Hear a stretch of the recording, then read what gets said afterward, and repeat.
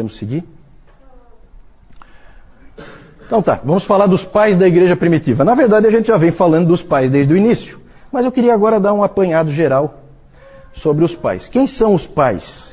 Quem são os pais da igreja primitiva? Gente, são um grupo de homens formidável, mas os seus escritos para nós soam estranhos e distantes. Existe uma coleção, uma das coleções de escritos dos pais, ela tem 400 volumes e mais de 100 mil páginas. O Dr. David Calhoun fala que o professor dele, quando ele estudou no Princeton Seminary, o professor dele disse que era para eles irem para a biblioteca e ficarem parados na frente da coleção, que tem uma lá, com os 400 volumes, e aí ali eles se humilharem diante daquilo que estava ali na frente deles. Ele disse, essa parte foi fácil, o difícil seria se ele tivesse dito para a gente ler aquilo ali. Mas é interessante, é muito escrito, gente, muito. Realmente, Salomão tinha razão, não há limite para se fazer livros.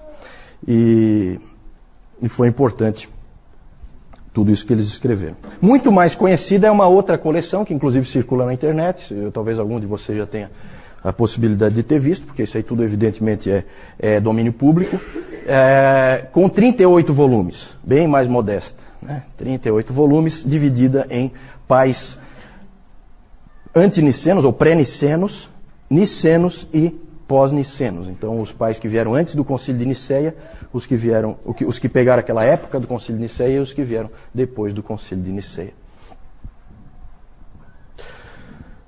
Eles são famosos, esses pais, mas eles são pouco conhecidos. Por que eles são pouco conhecidos? Primeiro porque eles são difíceis de ler. Eles são extremamente prolixos. O que a gente escreveria numa página, eles vão levar umas 6, 7. Depois os puritanos vão fazer isso de novo, né? Gostam de escrever. E eles sempre fazem digressões. Sabe o que é digressão?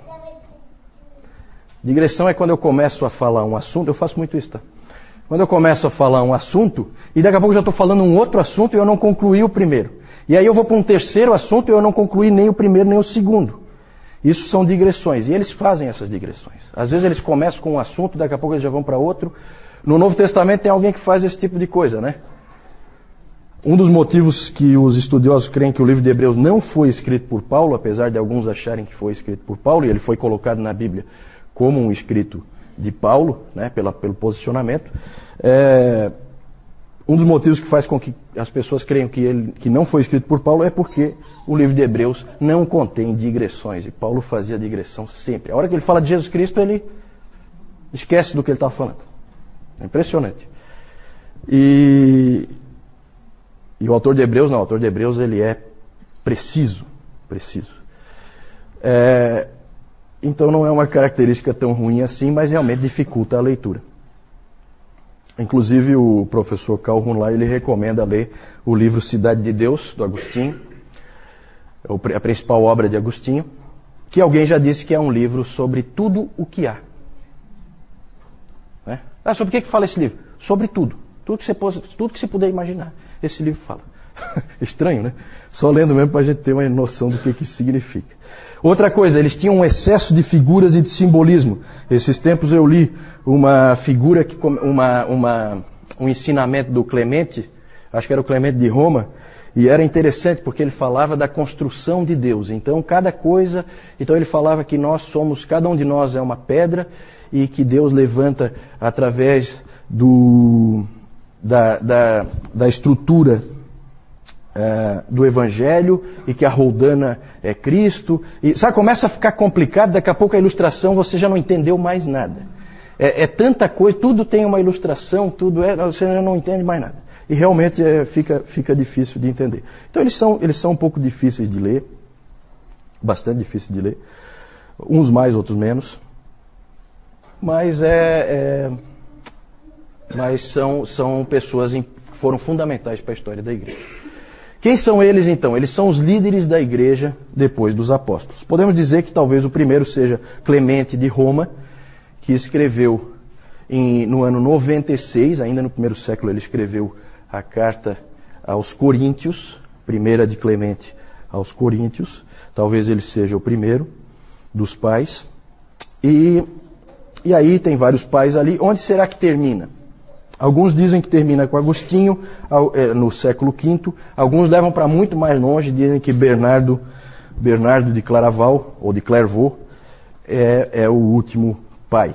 Para a Igreja Oriental, a Igreja Ortodoxa, a era dos pais ainda não acabou. É engraçado que o Dr. Kaufmann, ele fala de um patriarca, acho que de Constantinopla, que estava lá no seminário. E aí perguntaram para ele, quando é que terminou a era dos pais? Aí ele falou assim, como assim terminou? Eu estou vivo? Então, para a Igreja Oriental não terminou ainda, né? Eles continuam usando a figura dos patriarcas. Eram homens de várias regiões e etnias, sempre daquela em volta ali do mar Mediterrâneo, que geralmente escreviam em grego, eram de fala grega. Por que eles são chamados de pais? Essa é uma pergunta interessante, né? Por que eles são chamados de pais? Não porque eles fossem perfeitos, ou porque, muito pelo contrário, eles não tinham nada de perfeitos. Mas eles eram ouvidos e respeitados por toda a igreja. Como um pai, ouvido e respeitado. E eles também permaneceram firmes pela verdade. De perfeitos eles não tinham nada. Nós temos gente como Tertuliano, que a gente já falou no domingo passado, que acabou cedendo à heresia montanista, e que era uma pessoa que gostava de uma briga. Nós temos o Jerônimo. Jerônimo era um indivíduo insuportável. Ninguém gostava de Jerônimo. Jerônimo era um cara intratável, ranzinza, rabugento. Ninguém gostava dele. Ninguém. O Cirilo, por exemplo, nós temos Cirilo. Cirilo perseguia violentamente os seus oponentes. Então, assim, é só alguns exemplos para mostrar de que de perfeito eles não tinham nada. Eu coloquei ali, né, ortodoxos. Nós, quando lemos os pais, nós vemos que eles mesmos podem ser acusados de heresias às vezes. Por quê? Porque a doutrina não está bem estabelecida. Não há ainda uma clareza sobre a verdade. O que é verdade e o que não é verdade. Então eles falham às vezes na doutrina da Trindade. A doutrina da Trindade não está bem clara. E sempre é um terreno perigoso. Quando você começa a escrever sobre isso, você corre o risco de ir longe demais. É como você também escrever sobre a soberania de Deus. Você corre o risco de ir longe demais. Depois nós vamos falar mais um pouquinho sobre isso. De qualquer maneira, a igreja antiga honrou os seus líderes e eles são chamados de pais. A maioria deles foi considerada tanto pela igreja católica, como pela católica romana, como pela igreja ortodoxa. Eles são considerados santos. Alguns não, como Tertuliano, por exemplo, porque seguia uma heresia, e o Orígenes, porque falava muita bobagem. Né? Mas vamos lá. Vamos falar rapidamente de 9 pais, só assim para vocês terem uma ideia da variedade de cada um. Pode pôr o primeiro aí. Clemente de Roma, que foi o primeiro aí, a gente não sabe bem quando que ele nasceu, mas ele morreu no ano 99. É um típico pastor. Falei para vocês, eu já tive a oportunidade de ler a primeira carta aos Coríntios de Clemente de Roma. É uma carta curta, dá para você ler tranquilamente, tem evidentemente na tradução, né? Eu não sei ler em grego. Mas ele é tipicamente pastoral. É um pastor, nitidamente um pastor. Próximo, Policarpo. Aí nós vamos colocar mais ou menos em ordem cronológica, e todos esses pais aí são do 2º, 3º século. 1º, 2º, 3º século, que é mais ou menos onde a gente está. Não conseguimos avançar ainda. Hoje nós devemos entrar no 4º século. Policarpo nós já falamos, nós falamos do martírio dele, lembram? Ele foi bispo de Esmirna, conheceu pessoalmente o apóstolo João, isso é sempre uma coisa muito interessante. Ele foi discípulo de João, ele aprendeu com João. Isso é uma coisa bem marcante. E ele é famoso por aquelas palavras que ele disse quando ele foi martirizado. Famosas palavras: 86 anos eu servi ao Senhor e Ele nunca me falhou. Como poderia eu negar a Cristo, meu rei. E aí ele foi, vocês se lembram, ele foi condenado a ser queimado e o fogo não pegou nele, né? Teve que depois ser morto com uma espada, porque formou uma célula, o fogo envolveu uma célula em torno dele e ele não queimou. Próximo, Justino Mártir. Lembram onde é que a gente encaixou Justino Mártir? No domingo passado, alguém lembra? Nos apologistas, isso mesmo, Débora. Nos apologistas. Justino Mártir foi o principal apologista, é considerado principal apologista pelo fato de ter defendido a fé tanto contra os judeus como contra os pagãos. Ele, como o próprio nome já diz, Justino Mártir, dá para ter uma ideia de como é que ele morreu.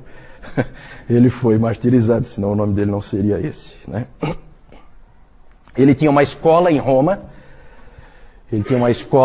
Onde vinha muita gente aprender com ele, né? Lembrem-se que Paulo, lá em Atos, já aparece essa ideia das pessoas virem na casa do mestre e aprenderem com ele. O Justino Mártir tinha uma coisa parecida. As pessoas vinham e aprendiam com ele. Um dos alunos do Justino Mártir é esse seguinte aí, pode passar, Tassiano. Tassiano veio de longe, veio lá da Síria. Ele veio para estudar em Roma com o Justino Mártir. Ele era um cristão bastante radical. E ele é interessante porque ele começou a traduzir coisas para o siríaco. Ele escrevia em siríaco. Então começam a aparecer as primeiras traduções da palavra, né? Ele começa a traduzir para o siríaco porque ele foi para Roma, aprendeu com o Justino Mártir, depois voltou lá para a Síria. A Síria é um país que fica ali vizinho de Israel, né? Então logo assim a leste de Israel fica a Síria. Ele escreveu o Diatessaron. Diatessaron é a primeira harmonia dos evangelhos. Você sabe o que é uma harmonia dos evangelhos? Nunca ouviram falar? Hoje, se você quiser, você pode comprar uma harmonia dos evangelhos. O que é a harmonia dos evangelhos? É uma tentativa de fazer uma única história juntando os 4 evangelhos. Colocar cronologicamente os acontecimentos para que feche numa história só. Isso é a harmonia dos evangelhos. Algumas bíblias aí tem, né? Uma harmonia dos evangelhos, mostrando onde tem os textos paralelos, o que é que vem antes e o que é que vem depois. Então ele escreveu o primeiro, que foi o Diatessaron. Próximo, Irineu. Esse Irineu nós já vimos bastante. Irineu, ele é interessante porque ele aprendeu muito com Policarpo, porque ele também é de Esmirna, lá na Ásia Menor, e Policarpo era o pregador, e ele ia ouvir sempre o Policarpo, aprendia com o Policarpo, e o mais interessante ainda é que ele se tornou um missionário. Um missionário. Ele é lá da Ásia Menor, e ele foi, sabe para onde? Quem é que sabe? Lembra do nome dele? Irineu de Lyon. Onde é que fica Lyon? França. Então ele foi para Gália, porque naquele tempo não existia França. França é um país. Naquele tempo não existiam países, existiam regiões, existiam pequenos reinos, áreas de influência. E ele foi então para Gália como missionário. E é interessante porque ele foi lá para o meio daqueles pagãos, ele saiu do lugar onde era o centro do pensamento cristão, a Ásia Menor, e foi lá para Gália, bastante longe, na Europa, e foi lá pregar aos pagãos. E é interessante porque ele lembra muito Jonathan Edwards, né? Porque Jonathan Edwards, ele foi lá para o meio dos índios, em Stockbridge, e lá no meio dos índios ele escreveu as grandes obras dele. O fato dele estar lá isolado fez com que ele escrevesse muito, e o Irineu foi a mesma coisa. O livro dele, em vários volumes, Contra Heresias, é o nome? Contra Heresias, onde ele atacou o gnosticismo, atacou o marcionismo, ele escreveu lá na Gália. Então é interessante porque ele é realmente um missionário, ele aprendeu a língua do lugar para onde ele estava indo, bem aquele esquema que a gente conhece de missões. Irineu. Próximo. Tertuliano, esse nós já vimos várias vezes. Vimos que ele era bastante radical no seu isolamento do mundo. Ele, na verdade, era um advogado que se tornou teólogo. E algumas pessoas acham que foi bom que ele fosse um advogado porque ele trouxe para dentro do cristianismo uma linguagem um tanto quanto legal, do direito. E outros acham que isso não foi bom.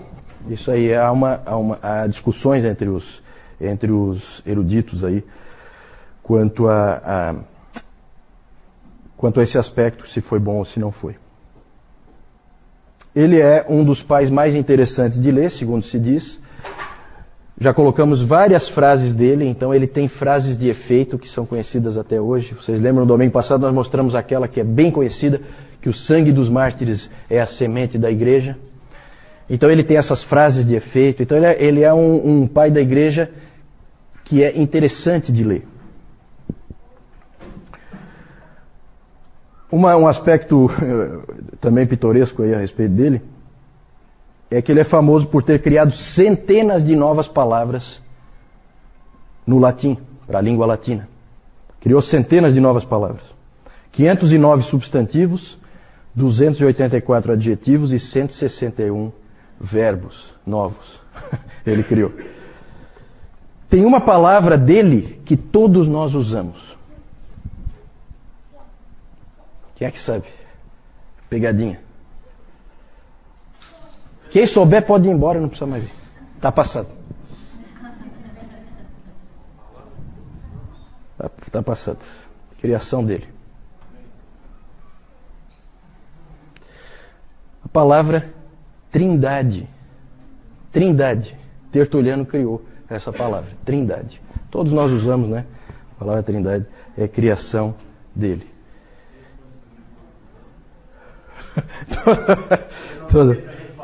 Todo mundo. Não, é rápido, é jogo rápido. Não vou dar o dia inteiro para tu ir pesquisar na internet. Não. Tem que saber, se não sabe, não sabe. Próximo. Clemente de Alexandria, já falamos dele também. Lembram que ele era vinculado a uma escola lá em Alexandria, famosa escola cristã, um tipo de um seminário. Ele foi aluno do Pantenos. Alguém lembra do Pantenos? Quem foi o Pantenos? Foi um professor dessa escola de Alexandria, que ele foi para onde? Falei no domingo passado. Difícil de lembrar esses detalhes, né? Foi para a Índia, exatamente. Foi lá consolidar o trabalho do apóstolo Tomé. Foi missionário também. Então, e o Clemente tinha sido aluno dele. E o Clemente, todo esse pessoal de Alexandria gostava muito do conhecimento, inclusive do conhecimento pagão, dos filósofos, né? Aristóteles, Platão,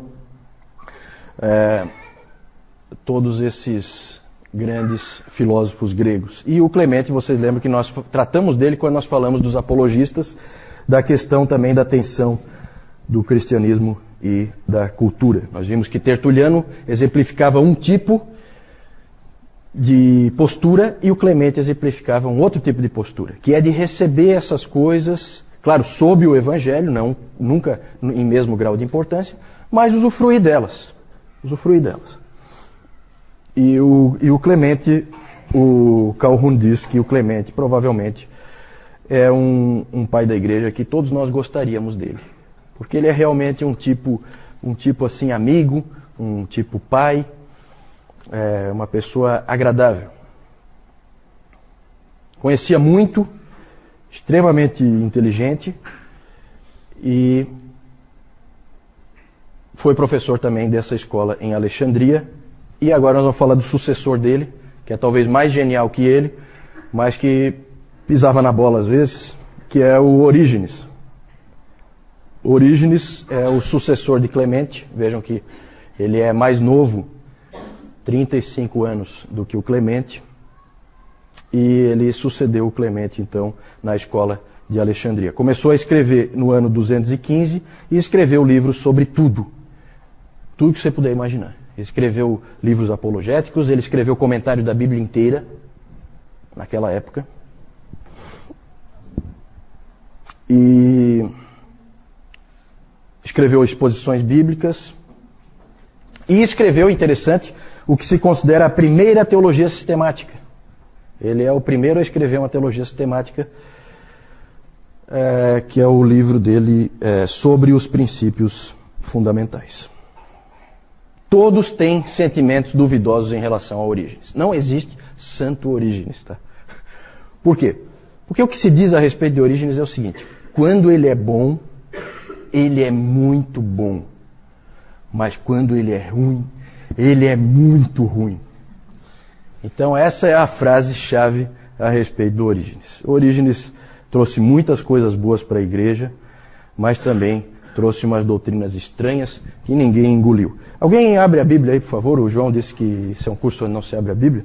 Então, não falei, né? Então vamos abrir a Bíblia aí, em Atos 3:21. Aí vocês vão ver o tipo de coisa que começava a aparecer.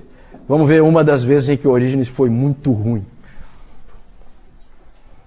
Atos 3:21. Alguém achou aí? Sam, lê para nós.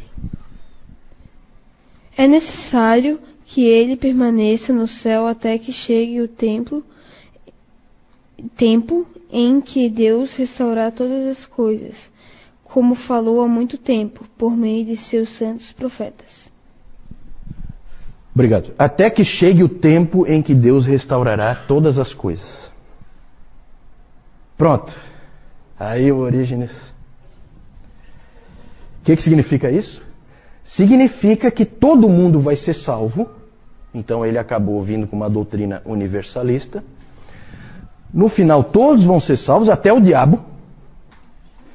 Só que como ele... Olha onde é que o Orígenes vai. Só que porque ele vai restaurar todas as coisas. Todas as coisas, inclui o diabo. Então até o diabo vai ser salvo. E aí, olha como é que vai a elucubração, né? Muita imaginação esse rapaz.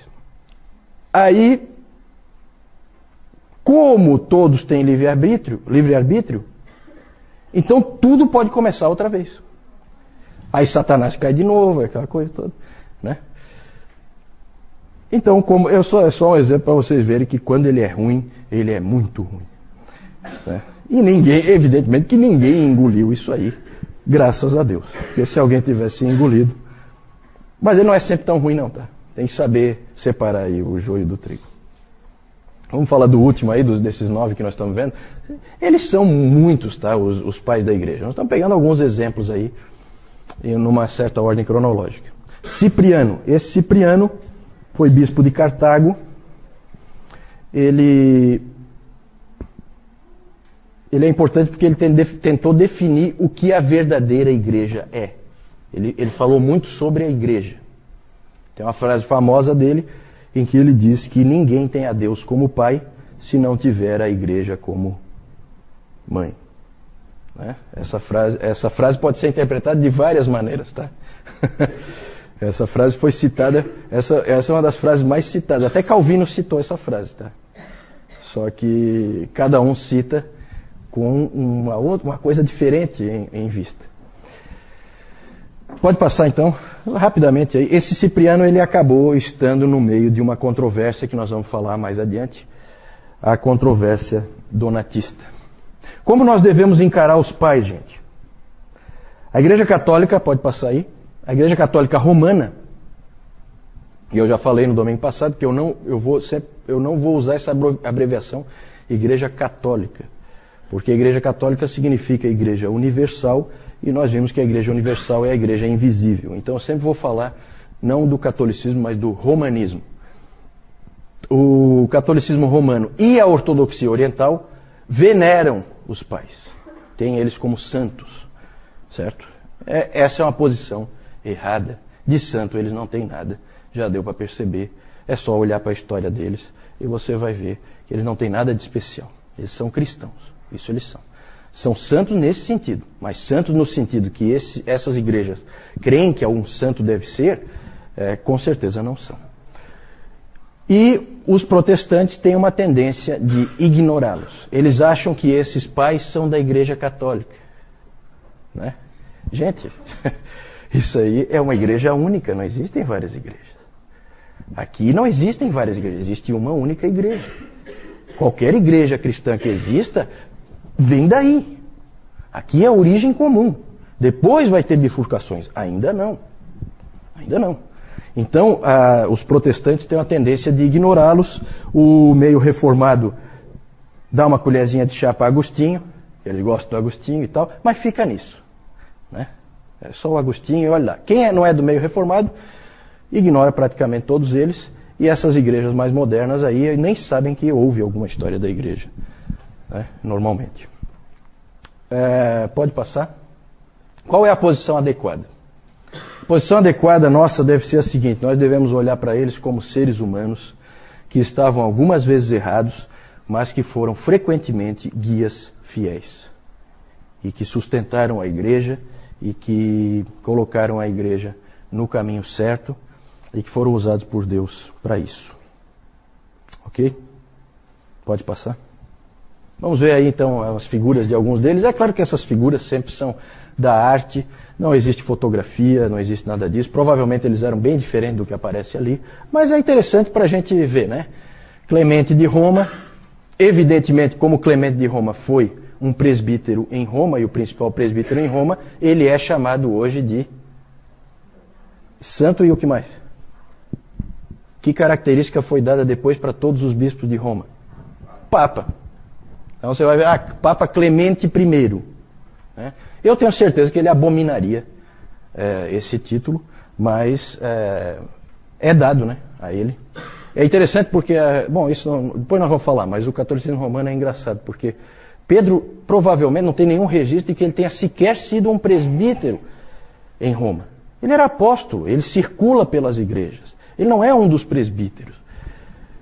Então ele não é bispo de Roma, então ele não é o primeiro papa. Mas é aquela coisa, força-se, né? Na verdade é uma afirmação, essa afirmação de que Pedro foi o primeiro papa não é uma afirmação histórica, é uma afirmação dogmática. Para garantir uma certa doutrina, então se afirma isso contra todas as evidências históricas. Então ali, Clemente de Roma, Policarpo, Justino Mártir, Taciano, pode passar, Irineu, Orígenes e Cipriano, são os 9 que nós falamos, né? Eu não sei onde é que... A pergunta é sobre onde estão os escritos dessas pessoas.